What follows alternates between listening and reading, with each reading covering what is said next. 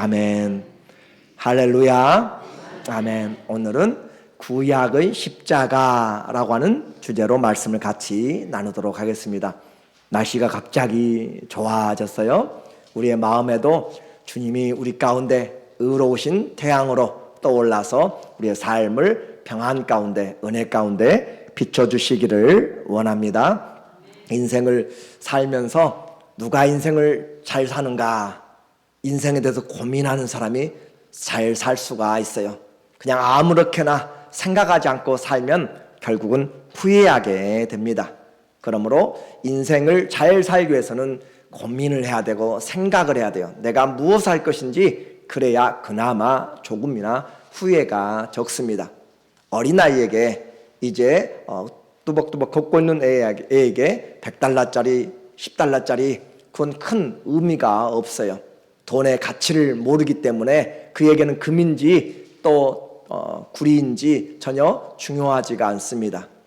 우리에게 인생을 잘 살기 위해서 우리가 어떻게 하면 인생을 잘 살 것인가 고민하고, 내가 아파 보니까 건강이 소중한 줄 알고, 내가 이 땅을 떠날 때가 되니까 생명이 얼마나 귀한 것인 줄 알고, 내게 잃어버린 것을 내 옆에 있는 사람이 떠나가 보니까 내가 얼마나 은혜였던 것을 알게 되는 것처럼, 오늘 우리가 성경이 얼마나 귀중한지는 내가 인생에 힘들고 지치고 정말 나락 같은 깊은 수렁에 빠져보고 정말 탈탈 털려서 빈손 들고 주님 앞에 섰을 때 이 성경이, 하나님이 내게 더 다가오게 되고 진정으로 서게 돼요. 그래서 인생에서도 눈물 흘린 빵을 먹어보지 않으면 인생을 말하지 말라라고 하는 것처럼, 하나님 앞에 우리가 서보지 않으면, 절대자 앞에 나 주님 도움 없어도 잘 살아가요, 그런 사람은 아직 하나님을 알지를 못해요. 하나님 앞에 정말로 섰을 때 그 인생을 우리가 보게 됩니다. 제가 이렇게 서론을 이야기하는 것은 하나님의 은혜를 깨닫는 자, 인생을 찾는 자가 얼마나 귀하고 복된가라는 것을 말해주는 거예요. 오늘 보게 될 이사야 53장은 특별히 많은 성경의 학자들이 이 장을 구별해서 이야기했어요. 고린도전서 13장은 사랑의 장이라고 그렇게 표현하고 있고, 고린도전서 15장은 부활의 장이다라고 그렇게 우리가 이야기를 하고 있어요. 그런데 이 이사야서 53장을 말하면서 신학자 델리치는 말하기를 골고다 십자가의 현장이다라고 그렇게 이야기해요. 골고다 십자가 현장이 바로 이사야 53장이다라고 이야기하고, 유명한 설교자 캠벨 몰간은 이 53장을 그리스도의 초상화라고 이야기해요. 우리는 예수님의 멋진 아주 영광스러운 그 모습만 보기를 원해요. 그러나 예수님의 진짜 초상화, 그 초상화는 이 53장에 나타나 있다라고 하는 것이고, 또 유명한 종교개혁자 중에 하나인 칼빈은 이 53장을, 이사야 53장을 그리스도의 이력서, 레주메라고 그렇게 이야기해요. 예수님의 레주메, 그 이력서에는 그의 커리어가 있는 것이잖아요. 그의 모든 것이 담겨 있는 것이 이력서인데, 이사야 53장이 바로 그리스도의 이력서라고 한다면, 오늘 저와 여러분이 이 이력서를 잘 보고 그리스도의 초상화를 잘 보면, 우리가 그 십자가 현장을 잘 보면 우리 삶의 가치를 새롭게 알게 되고, 왜 우리가 오늘 살고 있는지를 알게 되는 것이에요. 우리는 이와 같은 귀한 말씀을 받게 되었습니다. 환자를 신방하게 되거나 또 임종을 앞둔 분들에게는 제가 한 번씩 확인하는 내용들이 또 전해주는 말씀이 있어요. 그 누구도 나를 대신해서 아파줄 수가 없습니다. 사랑하는 자식도 내가 대신해서 아파줄 수 없고, 자식 또한 나를 대신해서 아파줄 수가 없고, 남편도 아내도 마찬가지고, 죽음조차도 대신 죽어줄 수가 없어요. 서로 내가 죽어준다 할지라도 의미가 없습니다. 이와 같이 오늘 우리는 아무도 나를 대신해서 죽어줄 수 없다, 그렇게 손을 잡고 그렇게 안타깝게 여기면서 있지만 대신 아파줄 수가 없는 거예요. 그런데요, 한 분, 우리 주님 예수님은 나를 위해서 죽어 주셨어요. 그것이 우리의 믿음입니다. 그러므로 아무도 그렇게 가까운 부모도 자식도 나를 위해서 대신 아파주거나 죽어줄 수가 없는데 내 질고를 지고 내 고통을 짊어지고 내 슬픔을 짊어지고 그렇게 주님이 대신 짊어지셨고 나를 위해서 대신 죽으셨다라고 하는 그 한 분, 그 하나님이신 한 분, 그분이 이 땅에 오신 것은 바로 하나님의 뜻을 행하시러 왔습니다. 요한복음 6장 40절에 보니까 39절부터 보면 나를 보내신 자, 예수님 말씀하세요. 나를 보내신 자의 뜻은 하나님 아버지죠.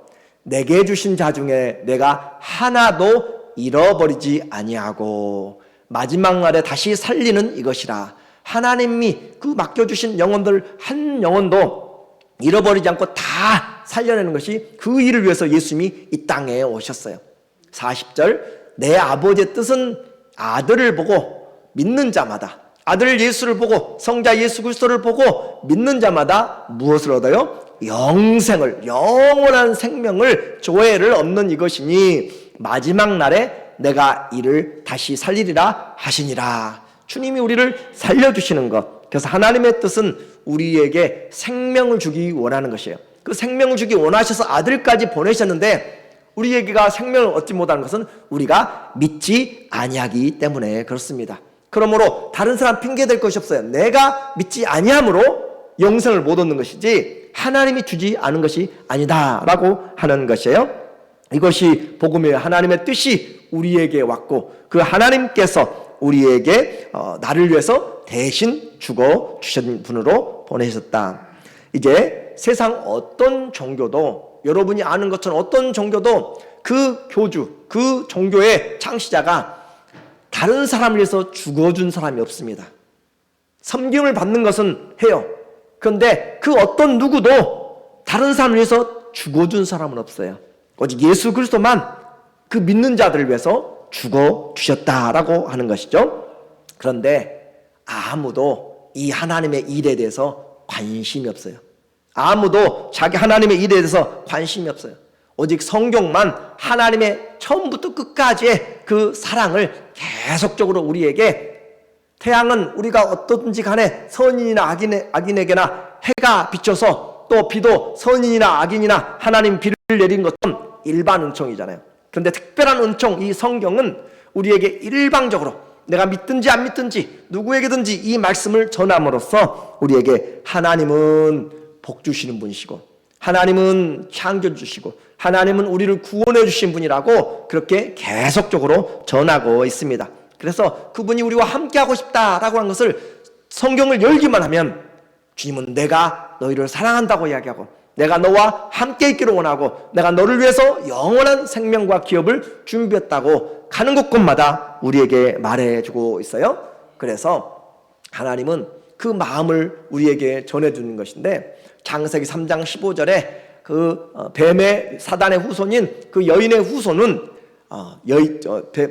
여인의 후손을 발꿈치를 물 것이고 또 여인의 후손은 사단의 그 후손의 머리를 깨뜨릴 것이다 라고 이야기하면서 우리에게 오기 시작한 이 복음은 성경의 이 역사서를 통해서 모세오경과 역사서와 또 시가서를 통해서 우리에게 계속적으로 예수님이 우리에게 그 사랑을 보여주셨다라고 그렇게 가는 곳마다 십자가를 세워 놓았습니다. 출애굽기 12장에 보면 유월절이라고 하는 유명한 그런 사건이 나오게 됩니다. 이집트에서 400년 동안 노예 생활하면서 그들이 해방받게 되는데 그 마지막에 장자들이 다 죽어갈 때 양을 잡아서 피를 바름으로 그 피 안에 양을 같이 먹고 그 밖에 양의 피를 바르는 집은 죽음이 피해갔다, 죽음이 뛰어넘어갔다, 패스 오버 유월절이라고 그렇게 하면서 우리에게 그와 같이 예수의 피가, 어린 양의 피가 우리의 생명을 살려준다라고 그렇게 이야기하고 있고, 또 시편 22편을 보면 다윗이 노래하면서 어찌하여 나를 버리셨나이까, 어찌하여 하나님이여 나의 하나님이여 어찌하여 나를 버리셨나이까 라고 하면서 그 하나님이 아들 예수가 십자가에서 죄를 짊어지고 돌아가실 때 하나님이 외면하시는 장면을 우리에게 계속적으로 보여주고 있습니다. 그리고 오늘 이사야서 53장을 통하여서 우리에게 특별히 이사야서에서 4번에 거쳐서 여호와의 종의 노래를 불러요. 여호와의 종이 오게 되면 어떤 일을 할 것이다 라고 이야기하는데, 그 종의 노래 핵심 4번째 마지막이 오늘 이 본문의 내용입니다. 그래서 이 내용을 이야기했지만 사람들은 인생을 찾지 않아요.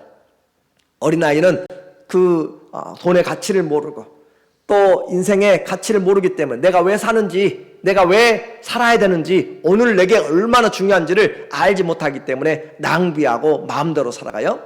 그래서 하나님이 영원한 생명을 우리에게 준비해 주시고, 우리가 죄로 말미암아 그 결과가 너무나 분명하게, 죄의 싹은 뭐예요? 사망이에요. 열심히 평생 동안 일했더니 사탄이 우리에게 주는 그 인생의 값은 사망이다라고 하는 판결문만 우리에게 주게 되는 거예요. 그래서 사람들이 알지도 못했고 이해하지도 못했다, 하나님의 그 계획을. 왜 그래요? 하나님에 대해서 생각하지 않기 때문에. 그래서 오늘 본문 53장 1절에 보면 너무나 다른 삶이 나타나고 있습니다. 우리가 전한 것을 누가 믿었느냐, 이사야가 지금 노래하고 있는 거예요. 우리가 전한 것을 누가 믿었느냐, 도대체 예수님에 대해서 이야기할 때 누가 과연 귀를 기울였는가 라고 하는 것이고, 여호와의 팔이 누구에게 나타났냐, 여호와의 팔은 능력을 말해요. 그래서 하나님이 이집트에서 10가지의 재앙을 내릴 때 여호와의 팔이 그들을 쳐서 손을 펴서 하나님이 행하셨다, 능력을 나타냈다라는 것이에요. 홍해를 갈 때 여호와의 능력이, 여호와의 팔이 그렇게 역사를 했다라는 것들인데, 오늘 이 여호와의 팔, 능력이 나타났는데 누가 그것을 보았느냐, 믿었느냐라고 그렇게 이야기하고 있어요. 그래서 여호와의 팔은 능력으로 역사하시는 구약의 하나님 자신을 이야기하고 있고, 신약에서 여호와의 팔이 나타났다고 하는 것은 바로 메시아이신 예수님이 우리에게 나타났다라고 하는 것을 표현하게 됩니다. 자, 이제 아무도 그렇게 오시는 주님을 왜 그들이 무시했고 주목하지 않았는가? 자기 인생에 바빴고 자기의 인생의 가치를, 내가 왜 사는지를, 인생의 목적을 알지 못했기 때문에 그래요. 그래서 그 주님이 오시는 것에 대해서 모두가 다 무관심했어요. 3절에 보면 3절, 그는 멸시를 받아 사람들에게 버림받았으며 간고를 많이 겪었으며, 간고는 고통을 말해요. 고통을 많이 겪었으며 질고를 아는 자라, 질병을 아는 거예요. 질병을 아는 자라. 마치 사람들이 그에게서 얼굴을 가리는 것 같이 멸시를 당하였고, 그래서 그는 이 주님의 이 고난의 삶은 멸시로 시작해서 멸시로 끝나게 돼요. 주님을 그렇게 멸시했다. 우리는 주님이 아주 멋진 분으로만 그렇게 생각하지만, 그러나 그 부분이 아니라 주님을 정말로 정확하게 볼 수가 없을 정도로 주님의 모습이 이렇게 모든 사람들에게서 천대받을 존재로 보여졌다라고 하는 거죠. 그래서 우리도 그를 귀히 여기지 아니하였도다. 우리도 그를 귀히 여기다. 이 여기단 말이 계산한 말이거든요. 계산하다. 그런데 우리도 어떻게 계산을 했어요? 예수님을 그냥 다른 사람, 불쌍한 사람, 좀 착한 선생으로, 한 성인으로 그렇게 따로 치워놓고 계산을 그렇게 했단 말이에요.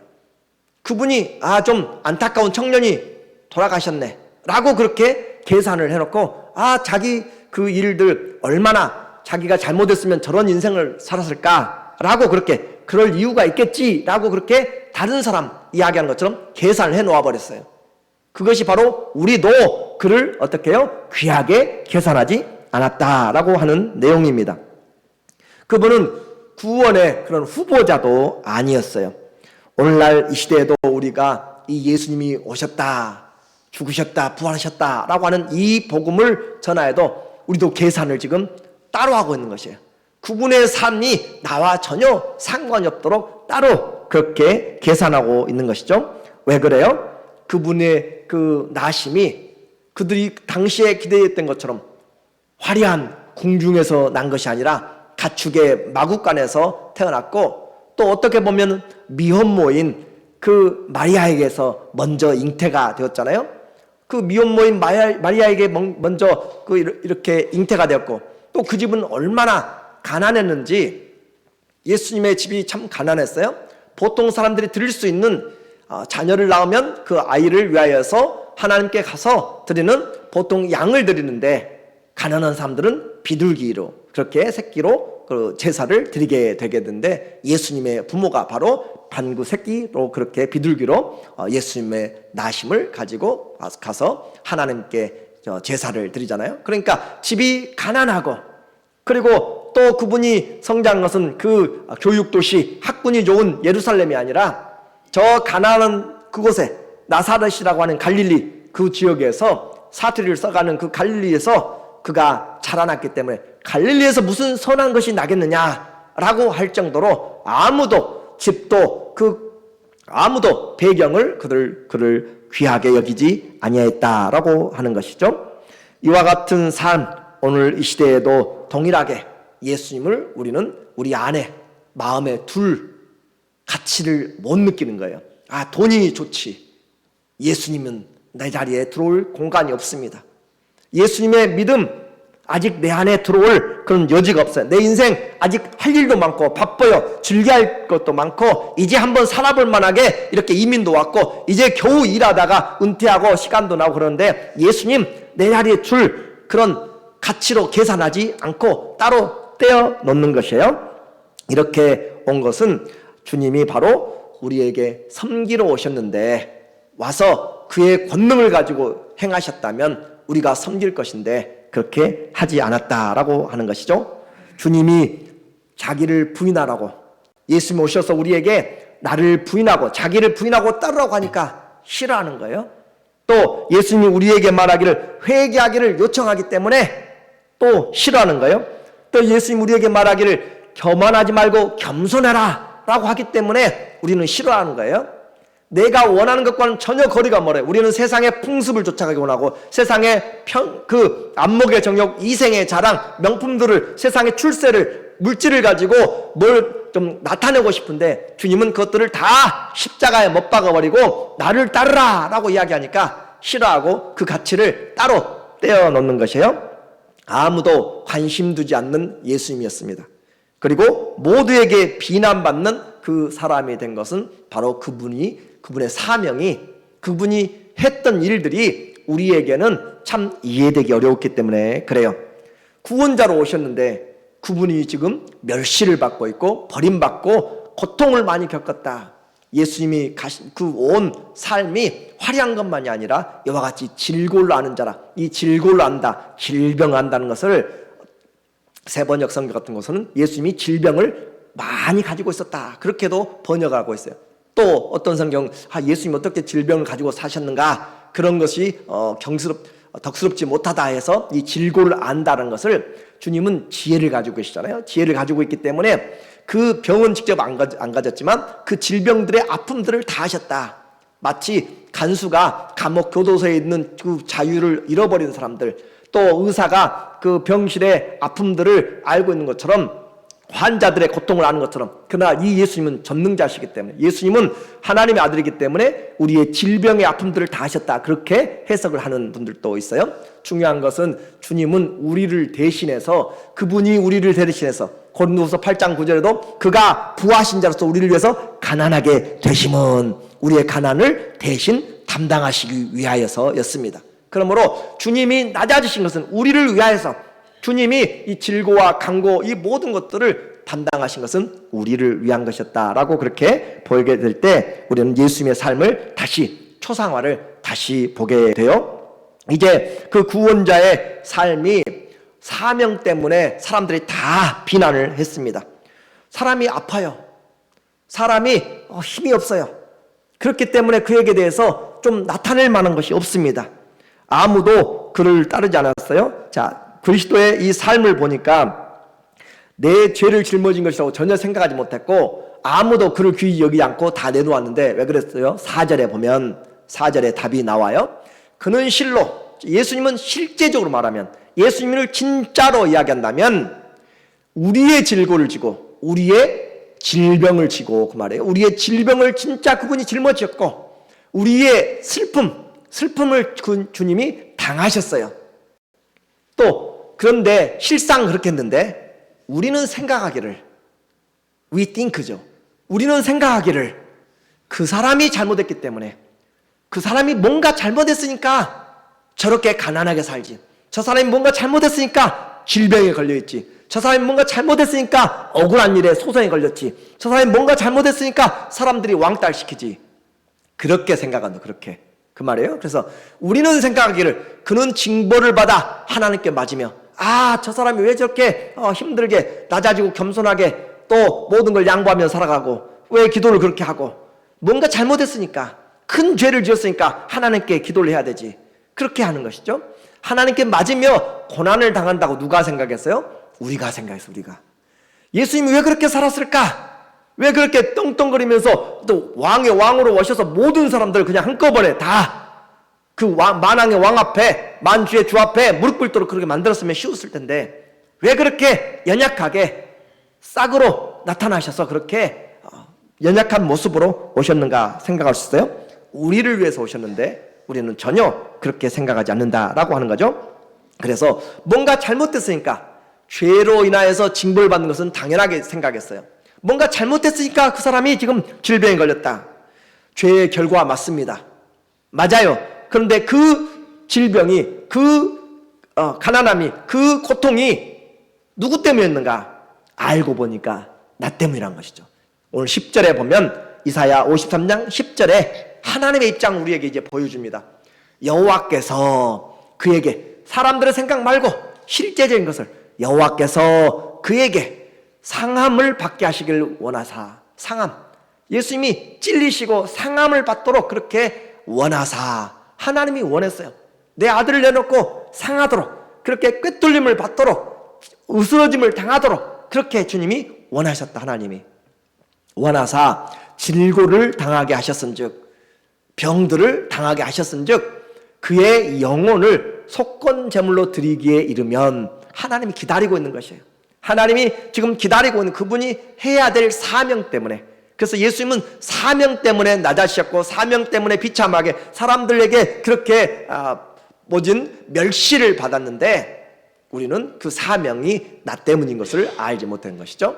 이르게 되면 그가 씨를 보게 되며 그의 날은 길 것이요 또 그의 손으로 여호와께서 기뻐하시는 뜻을 성취하리로다. 하나님이 기뻐하시는 뜻을 성취한다. 우리는 이미 시작하면서 하나님의 뜻을 행하러 오신 아들, 요한복음 6장 39절에 아버지의 뜻은 이것이니 하나도 잃어버리지 않고 다 영원히 살도록 생명을 주려고 오셨다라고 이야기했잖아요. 하나님의 뜻을 성취하려고 주님이 오셨는데, 그 성취하는 방법이 죄 싹슨 사망이고 피 흘림이 없이는 사함이 없기 때문에, 주님이 육신을 가지고, 영이신 하나님, 죽을 수 없는 하나님이 말씀이 육신이 되어서 죽으시는 하나님으로 우리에게 오시게 되었음을 이제야 깨닫게 되는 것이에요. 그래서 우리의 죄의 증상과 또 모든 열매들을 위해서 그가 대신 짊어지시고 우리에게 반대적인 급부를 주셨어요.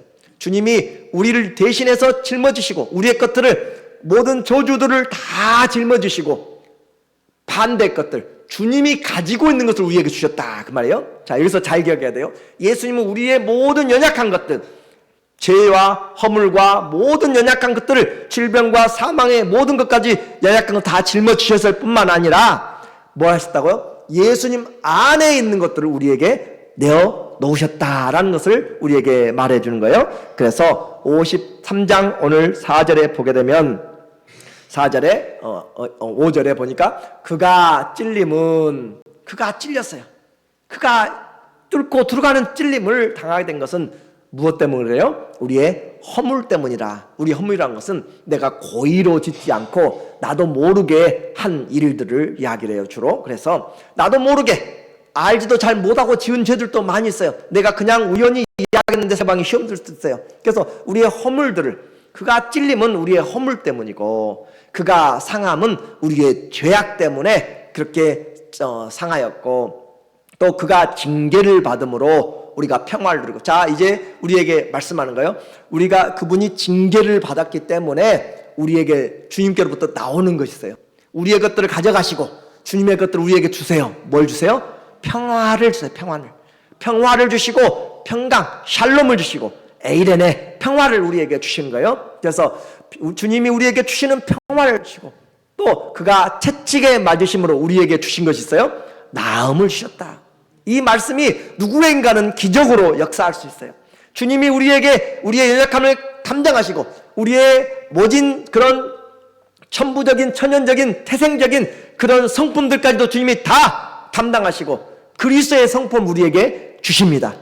그렇죠? 그리스도의 성품 우리에게 주세요.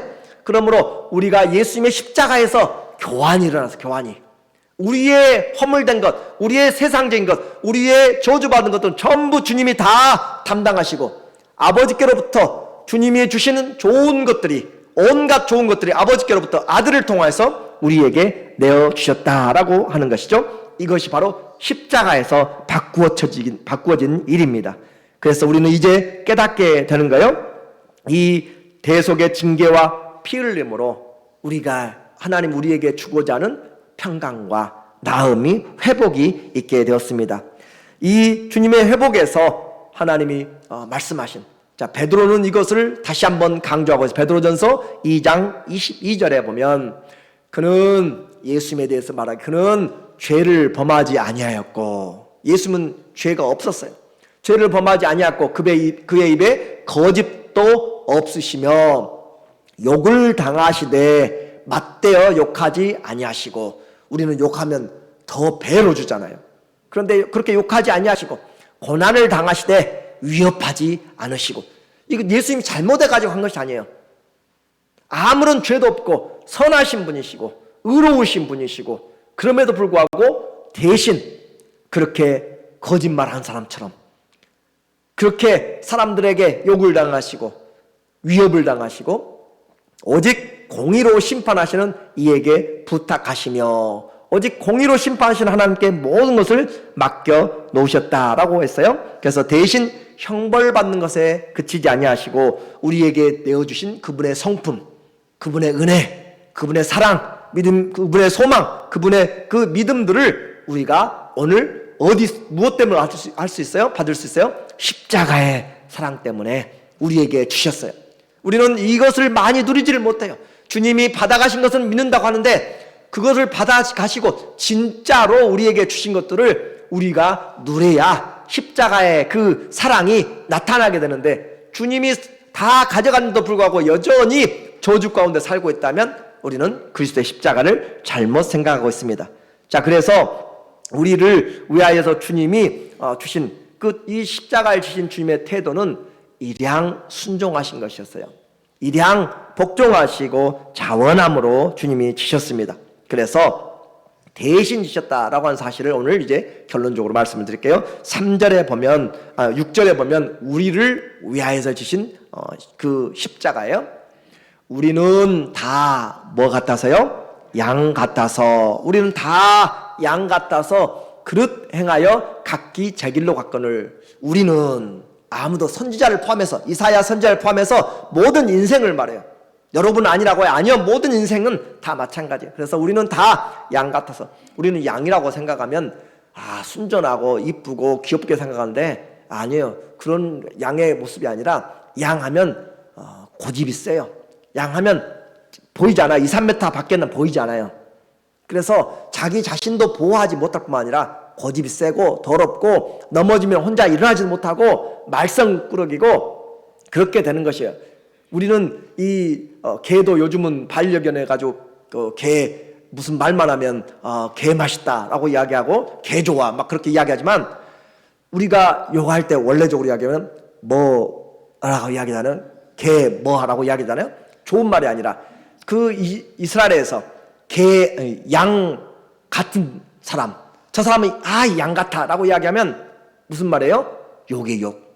저 사람은 꼭 양 같아 그러면 욕이라고요. 저 사람 꼭 개 같아 라고 이야기하면 좋은 말이 아니잖아요. 그죠?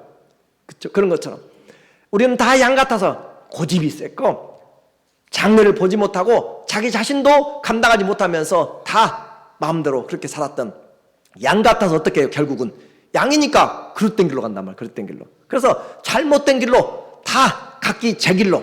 자, 나는 이 길이 좋아요. 여기가 물 있을 것 같아요. 이쪽으로 하고. 나 여기가 안전할 것 같아요. 난 여기가 푸른 초장 있을 것 같아요. 나는 저쪽으로 가서 쉴래요 하면서 다 각기 나 돈을 벌러 이쪽 인생 살 거예요. 이번 생애에서 나 이번 명예를 한번 잡아볼 거예요. 이번 생애에서 인기 아이돌 한번 돼볼게 하면서 자기의 원하는 길로 각각 다 갔어요. 다. 여러분 안 갔다고 생각하지 마세요. 다 갔어요. 다. 우리는 다 각기 제 길로 갔어요. 제 길로. 자기 길로. 그런데 여호와께서는 우리는 그렇게 했는데 여호와께서는 우리 모두의 각기 제 길로 가버린 그 모두의 죄악을 예수님에게 통째로 다 넘기셔서 우리의 죄와 허물들을 전부 다 담당시킴으로 그분이 대신 짊어지도록 그렇게 하셨다라고 했습니다. 이것이 바로 대신이라는 거예요. 대신. 주님이 우리가 받아야 될 형벌, 우리가 저주받아야 될 그 지옥의 모든 심판들을 주님이 대신 당하셨다라고 이야기했어요. 제가 아픈 사람들에게 또 임종을 앞둔 분들에게 아무리 사랑해도 당신을 위해서 대신 죽어줄 사람이 없는데, 죽어줘도 의미도 없는데, 예수님은 나를 위해서, 당신을 위해서, 성도님을 위해서 대신 죽어주셨습니다. 그리고 그분 안에 있는 평강과 그분 안에 있는 믿음과 소망과 영원한 생명, 하늘의 기업을 우리에게 주셨습니다. 그것이 주님이 오신 것이에요. 이처럼 각 사람에게 새로운 삶을 주시기 위해서 이제로부터 예수님을 이제 믿으면 우리는 우리의 허물들이 떠나가고 새 사람, 그리스도로부터 오는 새 사람을 힘입고 살아가는 것이 믿음입니다. 베드로전서 2장 24절에 보니까 베드로전서 2장 24절에 친히 나무에 달려 그 몸으로 우리의 죄를 담당하셨으니, 주님이 친히 그 몸으로 예수님이 죄를 담당하셨으니 이는 우리로 죄에 대해서 어떻게 하고 죽고, 이제는 죄에 대해서 이미 죽었다라고 하는 것이. 그래서 죄가 우리를 주장하지 못해요. 사단이 우리에게 죄를 짓게 함으로써 지옥에 끌고 가는 건데 죄가 우리하고 상관이 없어요. 우리는 다 페이 오프를 했기 때문에 전혀 사단과 상관이 없는 것이에요. 죄의 주장에 대해서. 그래서 죄에 대해서는 이미 죽었어요. 다. 나 다 페이 오프 했단 말이에요.